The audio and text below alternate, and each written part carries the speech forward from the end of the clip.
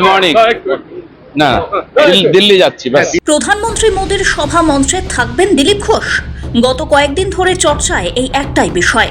কখনো শোনা গিয়েছে দলের তরফ থেকে আমন্ত্রণ পত্র পৌঁছেছে দাপুটে এই নেতার কাছে, যদিও পরে তিনি নিজে দাবি করেছেন বঙ্গ বিজেপি আমন্ত্রণ করেনি। তবে দিলীপ বলেছিলেন কর্মী হিসাবে তিনি যাবেন সভায়। আমাকে কেউ আমন্ত্রণ করেনি, ওখানকার কর্মীরা আমাকে নিমন্ত্রণ করেছেন যে দিলীপ দা আসুন, একসঙ্গে আমরা প্রধানমন্ত্রীর ভাষণ শুনবো। আর আমি সেই হিসাবে একজন কর্মী হিসেবে ওখানে যাচ্ছি, কোনো নেতা অধিকারী হিসাবে নয়। কিন্তু বৃহস্পতিবার রাত্রে শোনা গিয়েছিল তিনি যাচ্ছেন না। তারপরে সোশ্যাল মিডিয়ায় ইঙ্গিতপূর্ণ পোস্ট করেন দিলীপ, লেখেন আমরা থাকবো, আপনি আসুন। তাতেই নতুন করে জল্পনা শুরু হয়েছিল। তবে শুক্রবার সকালে 7:30 নাগাদ দমদম বিমানবন্দরে দেখা যায় দিলীপ ঘোষকে। সেখানেই বিজেপি নেতা জানান দলের কাজেই তিনি দিল্লি যাচ্ছেন। কিন্তু মোদীর সভার দিনেই কেন দিল্লি সফর? দিলীপের কথায় তাকে কর্মীরা ডেকেছিলেন, তাই তিনি হ্যাঁ বলেছিলেন। পার্টি ডাকেনি, হয়তো পার্টি চায় না তিনি যান, গেলে হয়তো অস্বস্তি হতো। Good morning.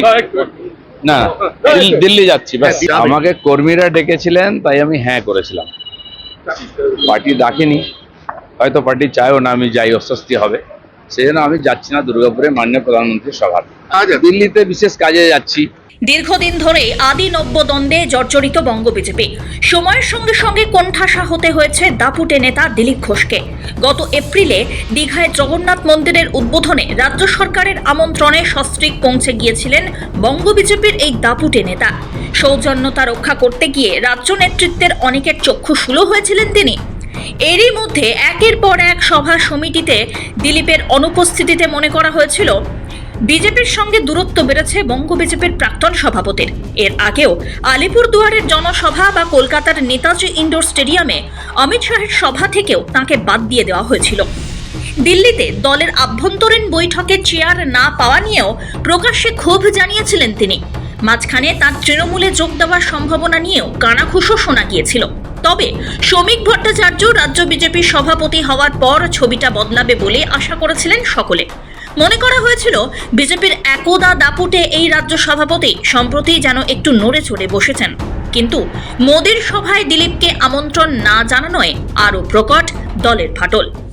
বোধ করছেন, এটা তো নিশ্চয়ই তার উচ্চ নেতৃত্বকে তিনি জানাতে যাচ্ছেন বলে আমাদের ধারণা। কিন্তু এ সত্যি নিশ্চয়ই তার জন্য অত্যন্ত অস্বস্তিকর একটা পরিবেশ। যেই পরিবার তিনি এত কাজ করেছেন, সেই পরিবারই তাকে আজকে বর্জন করছেন, চিনতেই পাচ্ছেন না, সেটা ওদের ব্যাপার, আবারও বলি। এবং তৃণমূল কংগ্রেসে আসছেন কি না এই সমস্ত প্রশ্ন আপনি দিলীপ ঘোষকেই করুন না। এবং কেউ তৃণমূল কংগ্রেসকে খুঁজছে কি না সেটা তো তাকেই জিজ্ঞেস করতে হবে। যে প্রধানমন্ত্রীকে একবার ডেকে এনে প্রধানমন্ত্রী 4টি বাংলা সম্পর্কে কুৎসা করে গেলেন, তার মানেই বিজেপির না, বিজেপির ভেতরটা দিলীপ ঘোষকে দিয়ে এটা বোঝা গেল বিজেপির ভেতরটার একটা ফুটি ফাটা অবস্থা, চূড়ান্ত গোষ্ঠীদ্বন্দ্ব, গোষ্ঠীবাজি, এগুলো এখন চলবে ওদের।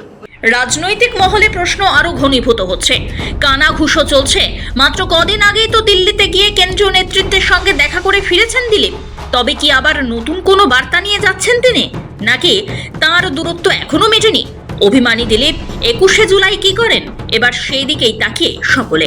সৌভিক সান্যালের রিপোর্ট, সময়, কলকাতা।